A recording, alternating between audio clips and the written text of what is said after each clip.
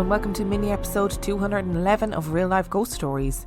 And I have 3 spooky stories for you, and the last story comes from the 21st of September 2022, and story number 1 comes from Varsha. It was a long time ago when this happened to my maternal grandparents. Grandpa's mother had passed away. They say she was a nice, petite woman. After her funeral, my grandparents returned back to their own house. It was night and they had laid down on the floor to sleep near a window next to the main entrance door of the house. They had the window slightly open for cool air to come in. It was, of course, a sad day, and they were talking about Grandpa's mother, and after some time they just stopped talking as they got very sleepy. Just then Grandma heard a voice. It came from outside, most probably from the steps at the veranda. It was exactly the sound of her mother-in-law calling Grandpa by his name like she always did. The voice called his name thrice and then no more. Grandpa didn't answer any of the calls. Grandma, afraid to get up, just turned over to Grandpa and asked, "Did you hear that? It was Amma, right?" Grandpa hummed in agreement. Without getting up, he lifted his long leg and closed the open window right behind them. "Don't think about that, and don't be afraid. Amma won't hurt us. Just sleep." And they slept. If he had opened the door to check, it would be like inviting his mother in, back to the mortal realm where she no longer belonged. In the Hindu religion, there are some rituals to be done after a person's death, so that the soul can peacefully leave Earth and move to the next realm. A process that we refer to as attaining moksha. These rituals are done within weeks after the funeral of the deceased by their children in a variety of ways. It is believed that until these rituals are done, the soul of the dead will linger in the mortal realm, which is believed to be why some people tend to see the deceased come to visit them. So maybe it was Grandpa's mother coming to say goodbye to her son one last time, before she attained moksha, which I'm sure she did attain. The next story is an experience my mother and her sister had as children. A pregnant woman in their neighbourhood had hanged in her house. Nobody knew the reason, and it remains a mystery to this day. 50 years ago, not all roads in residential areas of Kerala were paved and wide enough for cars to go with streetlights illuminating the paths. The roads were actually pathways formed by wear and tear of feet, small, congested and grassy. The terrible incident had shocked the whole neighbourhood, such that people were afraid to walk by the small, grassy path in front of that house at night for months. Even at daytime, very few dared to walk on that path, as some claimed to have seen something in the path that spooked them. Some people living near that house where the tragedy occurred had complained about hearing a long, moaning voice of a woman at certain times of day and night without any identifiable source. My grandparents' house was also nearby. One night my mom and her sister were playing in their room when they heard that fabled long moaning of a woman from a distance. It sounded deeply sad and painful. This scared the shit out of them and they stopped playing and just lay down to sleep. Mom didn't hear that moaning ever again, but she vividly remembers how scared she was. People thought since it was a suicide, the soul of the woman must not have attained moksha by the normal rituals. It has been years and that small path is a paved road now. Nobody hears those moans anymore. Did people imagine the moans because of the mass hysteria caused by the tragedy-induced fear? Maybe. It is stories like these that make me wonder and sometimes fear the unknown. Death rituals are always really fascinating to me. I find religious, secular, whatever it is, whatever kind of death ritual that people get involved in, I just find them really fascinating, and I love exploring other countries and cultures' death rituals because I think it's a really fascinating exploration of humanity, really, how we deal with death. And I'm going to have to look into like what is involved in attaining moksha, because I know it's never going to be as simple as being able to do like a quick version for the podcast, you know what I mean? So I'm going to have to look into it. And it is obviously incredibly important that when somebody that you love dies, that they have the opportunity to cross over to the other side, whatever the other side is believed to be. Do you know what I mean? So for your grandfather and grandmother, it must have been petrifying to hear his mother's voice, because you would be thinking, well, we haven't done the rituals yet, we haven't finished it, so she is still going to be lingering around. So what does that mean? If they had invited her in, if they'd opened the door, would she have been stuck there? And suicide is massively impactful to a community. Really, really particularly because I think a lot of times people get hung up on, should we have seen this happening? Did we know it was going to happen? Were there signs? People get stuck on all of those thoughts, and the whole community is impacted. Obviously, the direct family and friends are horrifically impacted, but then, you know, the wider community also gets impacted in a different way. And I wonder too if it is the mass hysteria of being so terrified of the fact that this woman took her own life and did so while she was pregnant. It must have really rocked the community. And it's hard to know because, you know, like you said, nobody really knew why she did it. So therefore, there's always going to be lots of questions and a mystery surrounding it. So I wonder whether that mystery, those questions, made people view it in a more paranormal sense because they just didn't really know how else to view it, you know? Those were two great stories, short and sweet. I thoroughly enjoyed them. And story number 2 comes from Steph. I used to work at the Mary Rose Museum in Portsmouth Historical Dockyard. My job was to take the photos with the King Henry VIII waxwork just as you entered the museum. One day I was taking a photo of a family and stepped back to ensure that I had them all in the picture, and walked into something which felt quite hard and pointy, kind of like being elbowed at around kidney height. Assuming it was someone behind me, I turned to apologise, but the gallery behind me was empty. Turned back around to the family I was photographing, who were looking at me like I was a nutter saying sorry into the air. I went to the loo a short while later and had a bruise forming from whatever it was that I walked into from where it hit me. This is not the only ghostly encounter at my time working there. Some of the museum volunteers saw a small boy in one of the galleries on their final walk through before close. When they went back to check, he was gone. He was nowhere to be found, and the volunteer on the exit said no one had passed him, let alone a child. After the preservation was finished, the new museum was built around the ship with wave sounds as you walked along the viewing decks and daily ship noises, so I would imagine it would definitely stir up any activity attached to the ship. The whole museum had a creepy vibe, probably not helped by the lack of windows and lots of dark corners. Oh, that gives me the willies when people talk about physically walking into something and then they turn around and they're like, oh, sorry, and nobody's there. Because that's not like seeing something out of the corner of your eye. You know what I mean? You physically get the feeling of walking into somebody, and obviously your initial reaction is that an actual human being is going to be there and you're going to be like, sorry, I didn't mean to walk into you. And then you turn around and there's nobody there. That is scary. I don't know if you guys remember, but I think it was episode 5 of the podcast. Something very similar happened to my friend Cass when she was working in the theatre in London, and she was doing the final walkthrough and walked into somebody and was like, oh, sorry. And there was nobody there. Because I think like whatever about your brain or your mind playing tricks in you, like visually or even hearing things, or you might see something out of the corner of your eye, but physically walking into something, that's a lot harder to explain. And then, of course, you have also people seeing this little boy knocking around the place. And maybe you're right, like maybe the sound of the ship, maybe the sound of the waves, maybe the kind of, I don't know, the general noise and hubbub of a ship stirred something up, at the risk of sounding like I'm on a paranormal TV show. Maybe that like, what do they call them? Trigger sounds and trigger objects. Maybe they do something to the energy. And story number 3 comes from Aaron, and story number 3 comes with a video which will be posted on Instagram and Facebook if you wish to see it. I want to tell you about my first home my wife and I purchased. We were 18 when we got married and bought this house that was built in the mid-1800s. The realtor couldn't find an exact year. But this house was just a few miles outside of Gettysburg, and on one of the main roads leading in and out of Gettysburg. This house was turned into a duplex. We bought one half and the other side was vacant.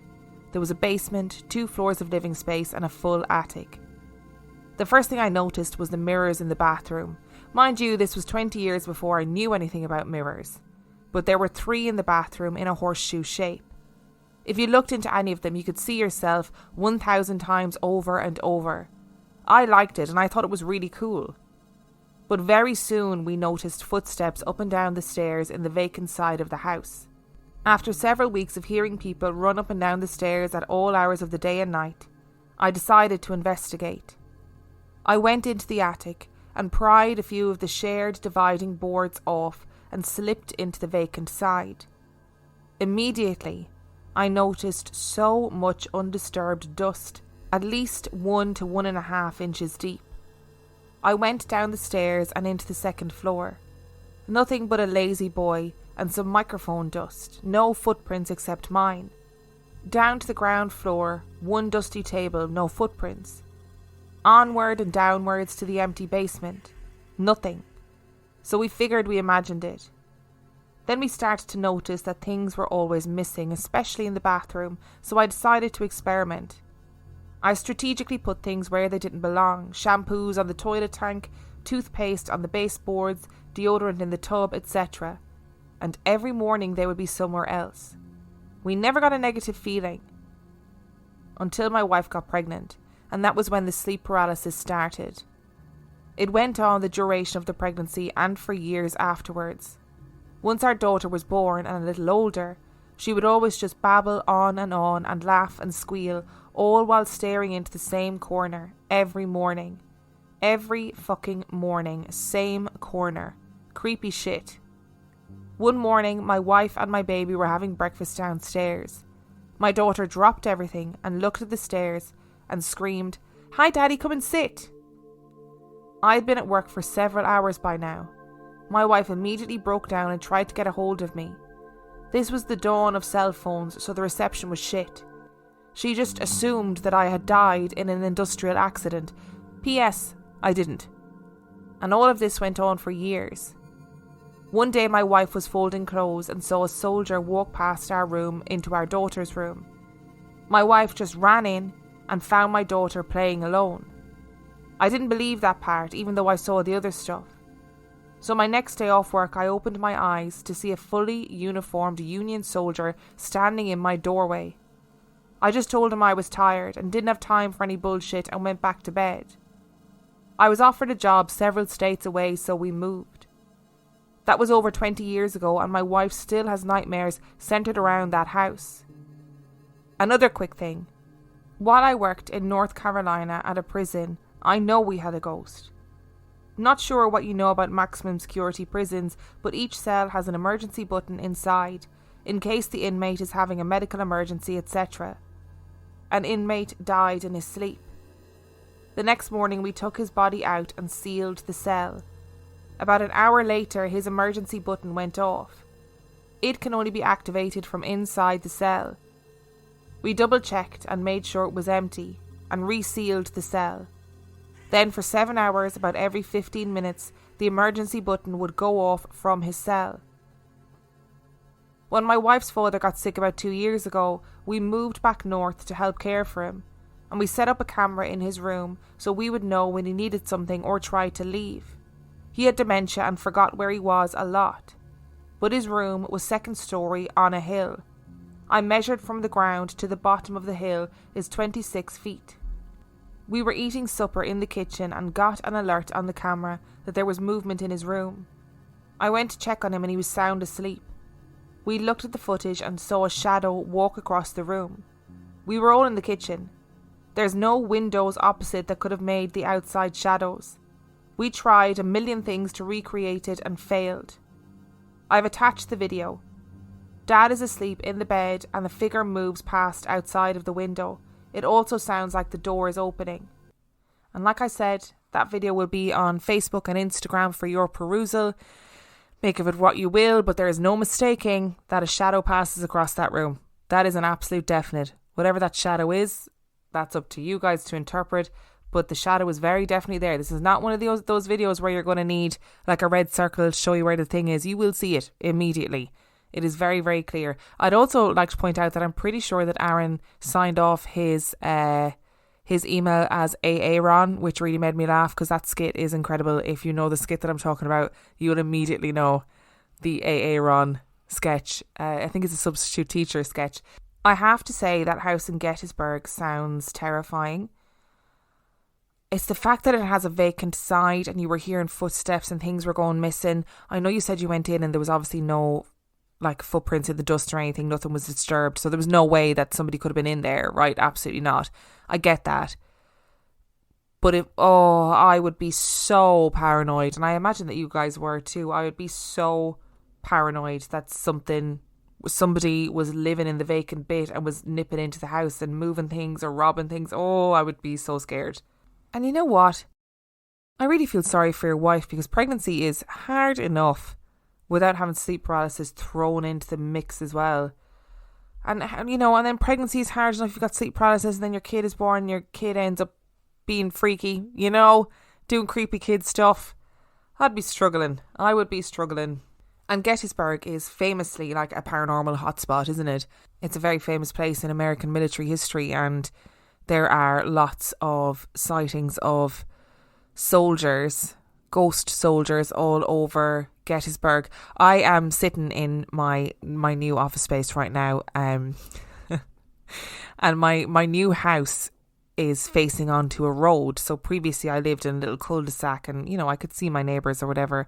But the house that's directly opposite me has a really dark kind of gothic front door with 2 panels of glass, and they're frosted glass.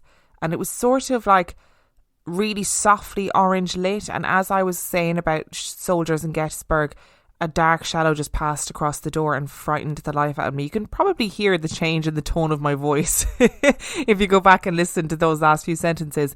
It's obviously the people next door, or the people across the road, but it scared the life out of me. And now the light's gone off, so I can't see the shadows either way, luckily. But back to the story at hand. That prison story really gave me the shivers as well. Because we've heard stories like that before, not necessarily from prisons, but from people who work in maybe end-of-life care, who have experienced, panic alarms going off after somebody's died in a room, or phone calls coming from that room repeatedly after somebody's died. And it's a scary concept. Like, what is happening there? If it is even an electrical fault, for example, it's a very weird coincidence that electrical fault happens to happen after somebody has died within that room. It's very strange. And in terms of the last bit of the story, which is the shadow in the room, as I said, the videos are there, and it's up to you to decide what you think, but there is definitely a shadow there. Thank you so much for listening to today's episode. Thank you to Varsha, Steph and Aaron for sending in your stories. Remember, the last story came from the 21st of September 2022. If you would like to send in your story, you can do so by emailing it to reallifeghoststoriespodcast@gmail.com. You can also check out the website reallifeghoststoriespodcast.com. And if you are desperate for extra content, you can sign up to Patreon, where for $2 a month or $5 a month, you get access to heaps of extra content. That is patreon.com/Real Life Ghost Stories. And on that note, I shall see you next time.